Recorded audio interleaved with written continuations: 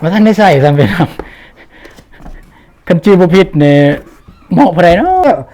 ไว้แล้วนี่เด้พี่น้องโอ้คักกันเลยหม้อนี่ใส่อยู่บนนี้พอลงไปเอาหม้อได้ไหมเท่าเด้อนี่หม้อหุงข้าวเกียมให้ทีมงานสร้างพี่น้องเลยจะฮะไป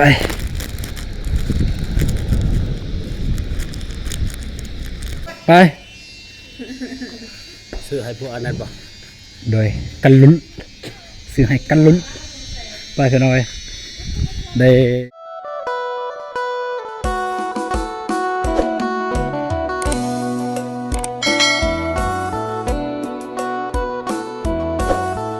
มาพี่น้องเอ้ยอยู่ที่บ้านอาหังเด้อพี่น้องเด้อประตูนกา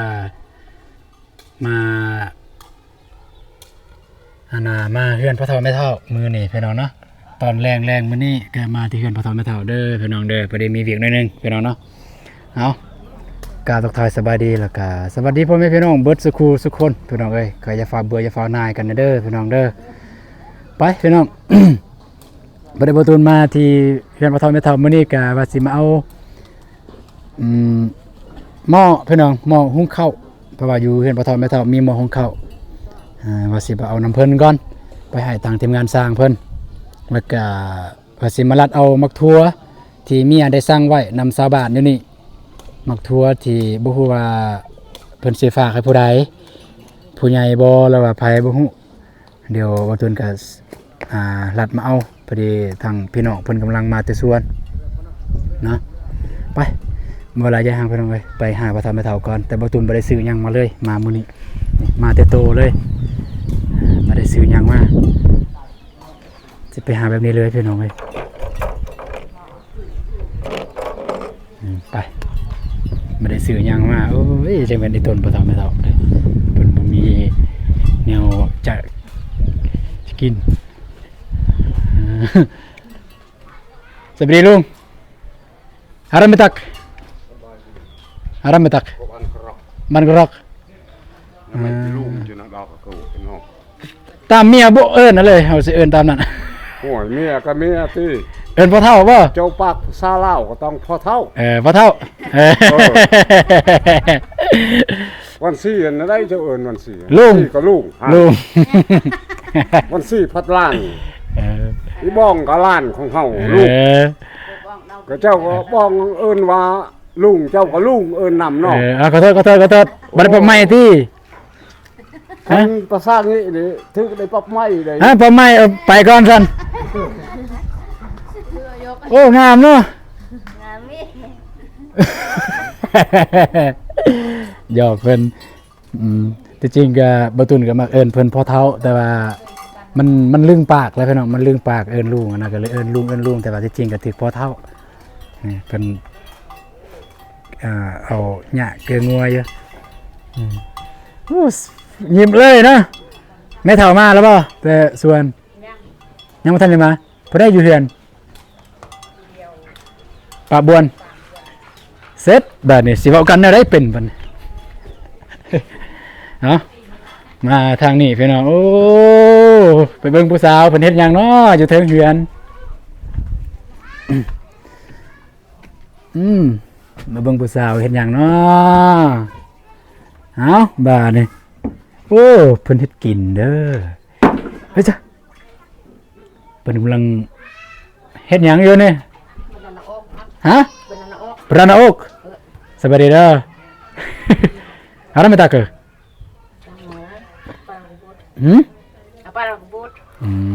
ล้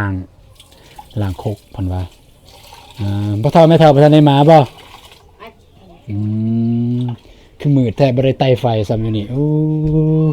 อยู่ในใดเนาะปะเนี่ยโอ้เจ้าไฟเฮาบ่ได้ล้างซ้ำ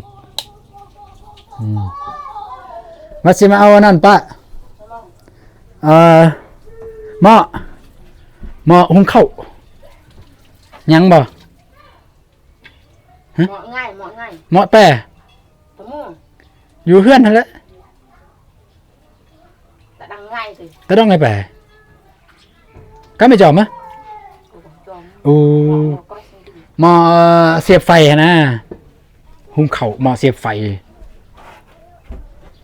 มีอยู่จื้ออยู่ว่ามีอยู่อันเดี๋ยวเราไปเบิ่งอยู่เทิงเฮือนก่อนนี่ปะเพิ่นเฮ็ดเวียกเฮ็ดงานอยู่เฮือนปะทอแม่ทอบ่ทันได้มาแต่หัวแต่สวนว่าแล้วปะบ่ฮู้ถ้าแม่เฒ่ายังอยู่เนี่ยแค่นี้เพิ่นฮู้อยู่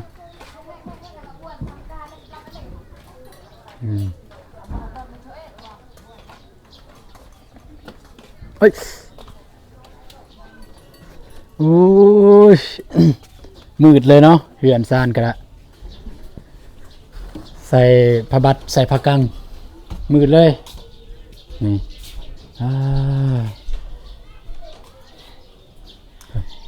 ไป บอกไปยันลูก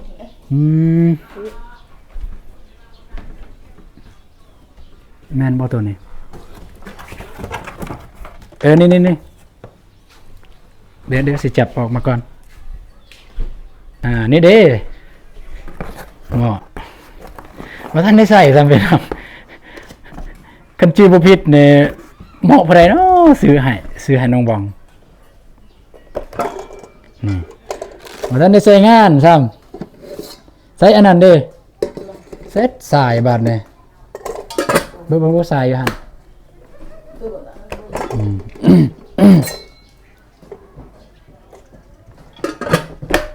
เพราะว่ามันมีทรายแด้พี่น้องเนาะทรายมีแล้วไว้แล้วนี่เด้พี่น้องโอ้คักกันเลยหมอนี่ทรายอยู่บนนี้นี่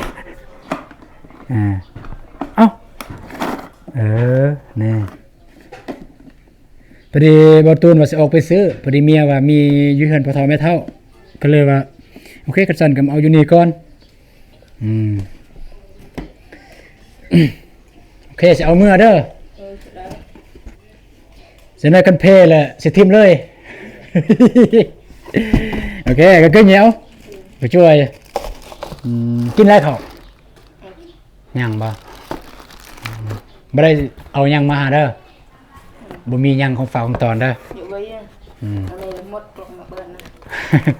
บ่ได้ซื้อยังมาผ่านหานอยู่โอเคนี่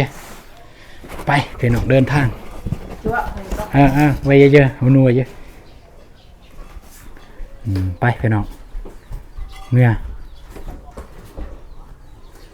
เดี๋ยวมาเอาหม้ออยู่เฮือนพ่อทอแม่เฒ่าหม้อแดงเนี่ยมันมีแล้วอยู่เฮือนเบาตูนหม้อเบาตูนเองหม้อแดงเป็นหม้อที่สบายเฮ็ดกินเฮ็ดยากหม้อนั้นเนาะแบบประเภทเฮ็ดแกงบ่ขั่วบ่จังซี่มีอยู่เฮือนเบาตูนแล้วหม้อนั้นนี่หม้อพ่อเฒ่า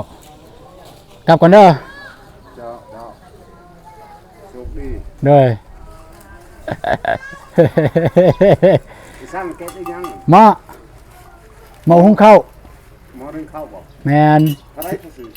จังหวะเด้บ่จื้อแล้วมาเอาเพราะว่าให้สร้างเพิ่นเฮ็ดเฮือนอยู่หั่นกลับก่อนบ่มียังเด้อเป็นหยังพี่น้องเดินทางก่อนเด้อพี่น้องเด้อพอดีใส่แบบนี้เอาแก๊สออกมันคับโพดพี่น้อง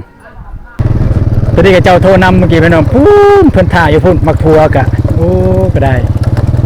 มักทัวนี่แม่นพุ่นอยู่พร้อมย่ำอยู่พร้อมย่ำทางเข้าบ้านบ่ตูนเอง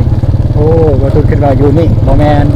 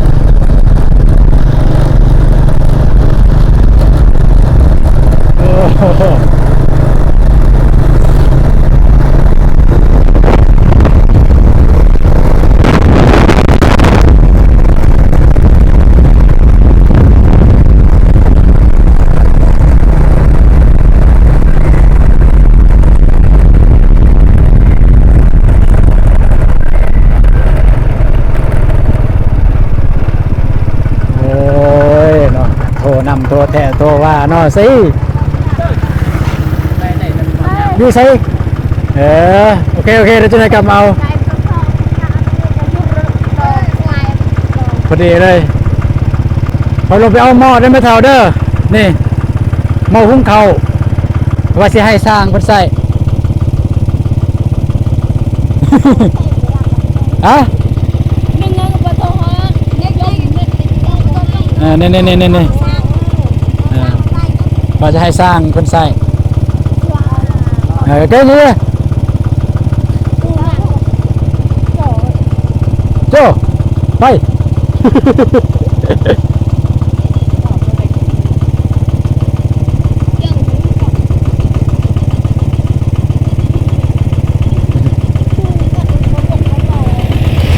เอา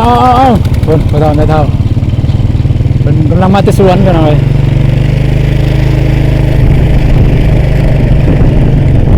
เป็นวันน้ำพี่น้องพ่อแม่นอันน่ะน้องบ้องเอานำแม่เท่าพี่น้องนี่นี่เ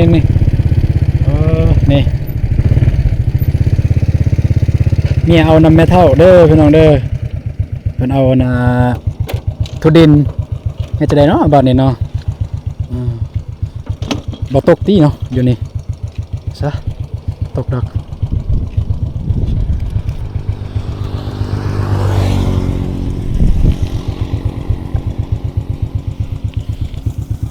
เลือกไว้เรียบร้อยแล้วตัวนี้เอ้ยจ้า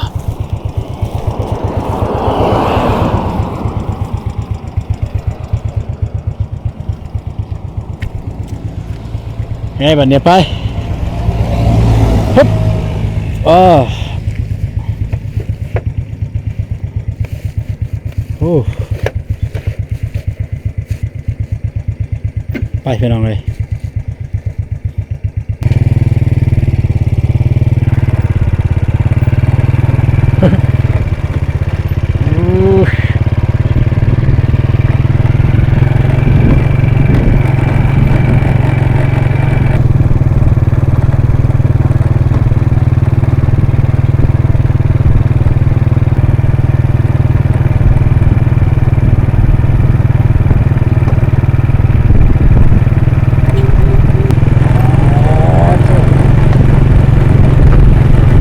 พุ่น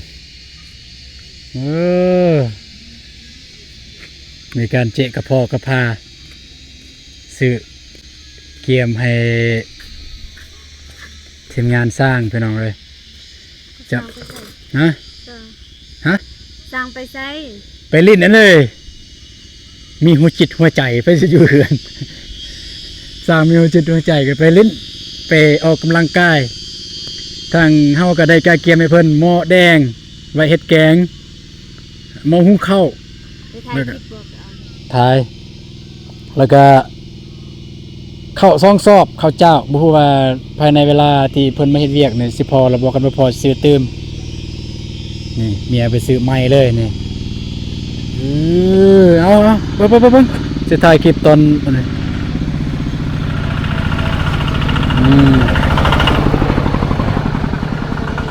เพิ่นไปใส่เนาะคือบ่เห็นไปย่างเข้าไปเบิ่ง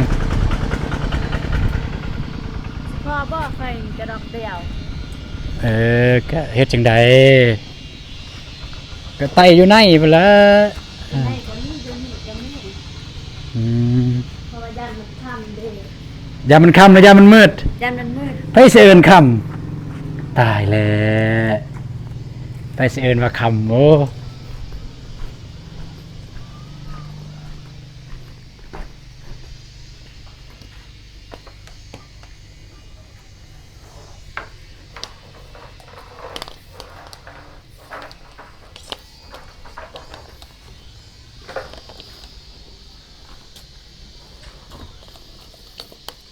โอ้มีเป็นแล้ว โอ้เพิ่นไม่เต้นเรียบร้อยแล้วบ่ย่านยุงแล้วบัดนี้บ่ตูนคิดว่าเพิ่นบ่มีเต้นก็บ่ตูนมีเต้นอยู่เฮือนเต้นตั้งแต่สมัยบ่ตูนเมื่อบ้านตะลุยตะกี้เมื่อกับเบาเจ็บเบาเล่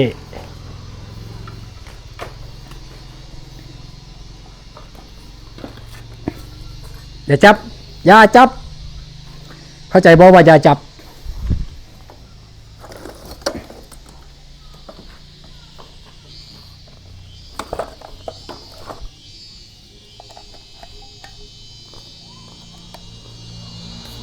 นี่เรียบร้อยบ้านนี้พี่น้องเอ้ย มันแต่บัดนี้ก็รอท่าทางเพิ่นมาก่อนประตูโทรหาแล้วเพิ่นว่าเพิ่นไปลิ้นไปเตะกระเตาะเพิ่นว่าก็ปะไปไหนก่อนแล้วเจ้าน้อยจึงเดี๋ยวเบิ่งก่อนว่ามีหยังแหน่ที่ซื้อเกลือแป้งนัวจะมีบวงมีถ้วยมีบวงพี่น้องซื้อกะเกียมให้เพิ่นนี่เบิ่งมีหยังแหน่อู้มีผักหอมเด้เนี่ยซื้อมาให้ว่าทางเพิ่นมันเฮ็ดกินนี่โอ้เจ้ามีฮอดเพชรฮอดสบู่ของเพิ่นบ่ น้องซื้อ ให้เพิ่นบ่เนี่ย อืม ฮะ แม่น คิดว่าซื้อให้เฮา ยังแต่พลอยบ่มี ฟอย พลอยที่แขว เพิ่นก็มีของเพิ่นโอ้ยตัวนั้นมีอยู่ประเภทอันนี้เด้ออันนี้พวกอันนี้มันของเพิ่นมีของเพิ่นเองประเภทเครื่องอาบน้ำนี่นะเพิ่นหากสิมีของเพิ่นเองครับอ๋อมุ้งมีแล้ว แม่มีเป็ดแล้วเอาเมื่อนี้ คือสิแม่นเพิ่นสินอนนำกันอยู่นี่เลยเนาะก็ประมาณนั้นพี่น้องเอ้ยวางอยู่หั่นแหละ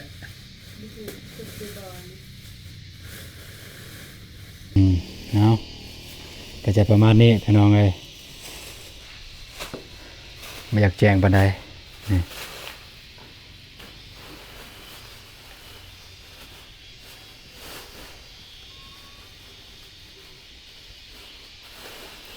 แล้วบัดนี้เอาจับกล่องเบิ่งสิไปเอานะมาย่างมา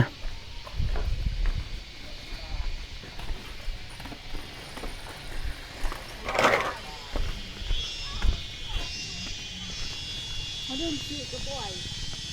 กระบวยอาบน้ำบ่ กระบวยกับตึก นี่หม้อหุงข้าวแล้วก็นี่หม้อเฮ็ดแกง อันนี้หม้อที่บ่ตูนซื้อตั้งแต่สมัยเป็นบ่าวตอนหับน้องบองมาลิ้นเหือนเด้ เคยซื้อแล้วทีหนึงมันตายซื้อใหม่อีก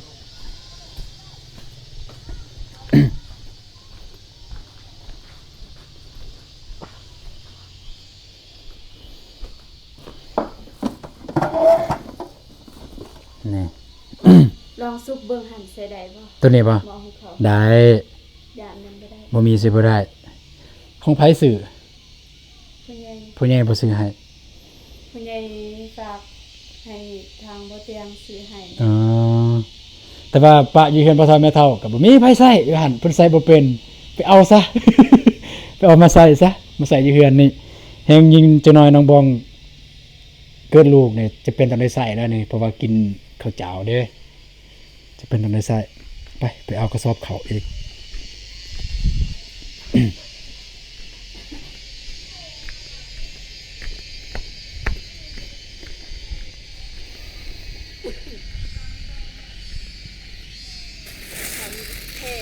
เท่าไรเนี่ยข้าว ซับ1,800,000 1,800,000 สองซับเป็น3,600,000 ส้มหมดเลยเว้ยไป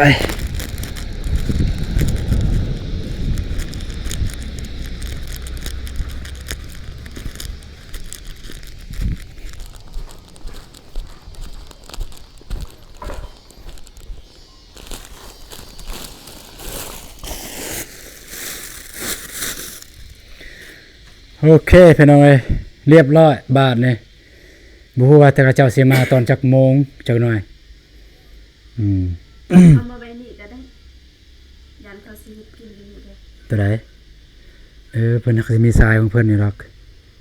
สายว่าปักเสียบบ่ ปักเสียบมันบอกครับ มีอยู่ ปลาของเฮานี่ก็เขาเอามาให้ ได้อยู่ปักเสียบนั้นมี2อันอยู่ประมาณนี้เด้อพี่น้องเด้อก็น่าจะครบอยู่ตามเบิ่งนี่มันเรื่องของกินของยากนี่ของกินย่าง บ่มีของกินได้นี่ มีแต่เครื่องหอม มันได้ว่าย่างไปซื้อไข่ไก่แตะหนึ่งมาไว้ไปย่างไปซื้อไข่ไก่กัน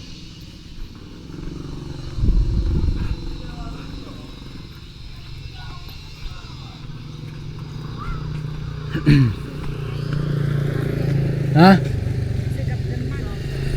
น้ำมันก็บ่มีบ่เออไปซื้ออยาหันไก่ๆนี่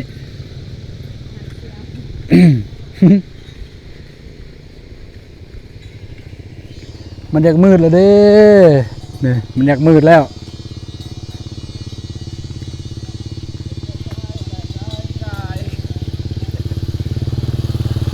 นี่ยัง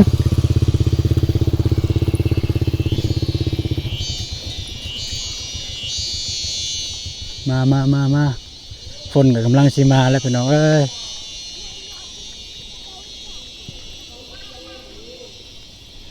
มา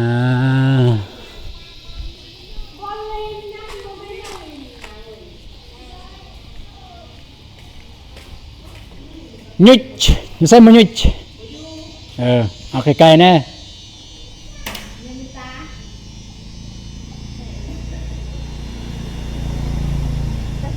เอาแตะหนึ่งอัน ไข่ไก่เป็นยังคุณมาปีไก่เขาไปจับเป็นยาคือจับดีมูหันไห้เมียมาซื้อเครื่องเพื่อจับกล่องตัวเองหันไห้เมียจับกล่องไห้โอ้ยใส่ของเอาได้บ่ ฮะมันสิแตกที มันนุ่งใส่แตะตัวมัน กับน้ำมันเด้อ เป็นมัดเลยเนาะมันบดใส่กระแตมันก็มีทุกอย่าง หยุดก่อนเท่าไรไรบ้าง ใครเท่าไรเมนู ใครไปที่หา ไปสิหาพอดีเซนหาพัน ก็ได้ค่ะ พอดีเซนหนึ่ง แต่เมื่อ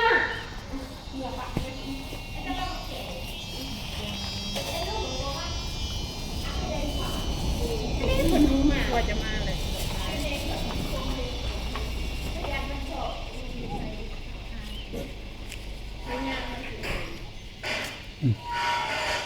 ใช่ ปันไปเช็ดตรงไหนให้ได้มีสบายเลยลูกจะเป็นยังไงไม่รู้ ได้เยอะ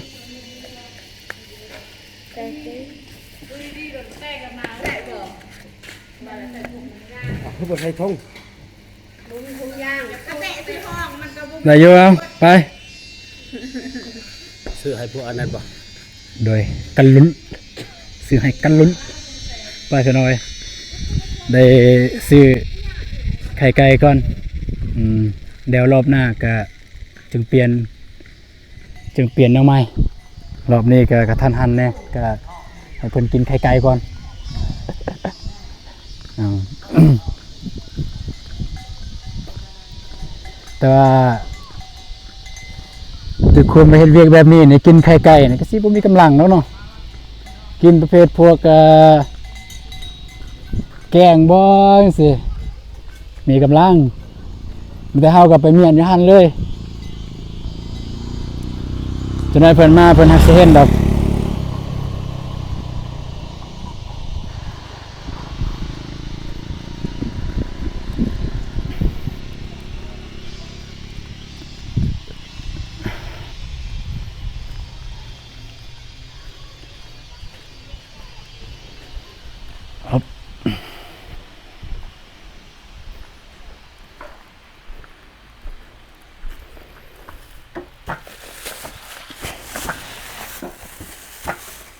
เรียบร้อยบาทนี้พี่น้องเนาะเป็นแล้วแต่เพิ่นบริหารบาทนี้กินอะไรให้มันประหยัดเนี่ยจักหน้อย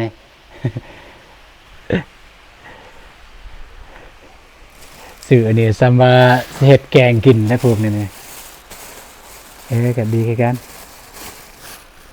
เอาหอมาอยู่เฮือนมีบ่อยู่เฮือนมีอยู่บ่ได้ซื้อปลาอยู่บ่ต้มปลา